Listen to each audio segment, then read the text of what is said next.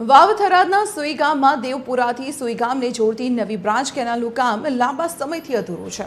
ધીમી ગતિએ ચાલતા નિર્માણ કાર્યને કારણે વરસાદી પાણી કેનાલમાંથી સીધા જ ખેતરોમાં ફરી વળ્યા હતા.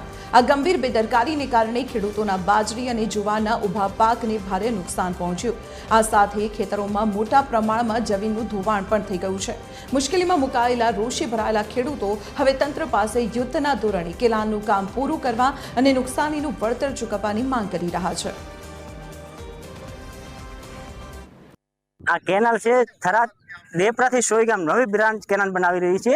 એને લીધે 2 વર્ષથી અમારા ખેતરની અંદર પાણી આવ્યું. 2025ની અંદર પણ પૂર આવ્યું, ત્યારે પણ પાણી ખૂબ આવ્યું હતું અને પાક અમારો નિષ્ફળ ગયો હતો. અને ઓણ વરસાદ વરસવાથી ઓણે પાણી ખૂબ આવ્યું છે અને અત્યારે પાક નિષ્ફળ ગયો છે. અને એના કારણે અમે રજૂઆત કરીને થાય કે અહીંયાથી ટેલ બનાવીને ઓવરફ્લો કાઢો તો અમારા ખેતર ધોવાણ ના થાય. એમાં 20 થી 40 વોટા જેનું અત્યારે ધોવાણ થઈ રહ્યું છે અને એમાં 4-5 વોટા તો ખાર જ આવેલો છે. અને અહીંયાથી ખાલી 1.5 કિલોમીટર ઓવરફ્લો કાઢવાનો છે. ઓવરફ્લોની અમે રજૂઆત કરીને થાય કે ઓવરફ્લો કાઢતા નથી, ટેલ બનાવતા નથી. ખેડૂતોને ભારે નુકસાન છે અને અમારે અહીં જુવાર બાજરી હું વાવેલું હતું અને પાક નિષ્ફળ ગયો છે.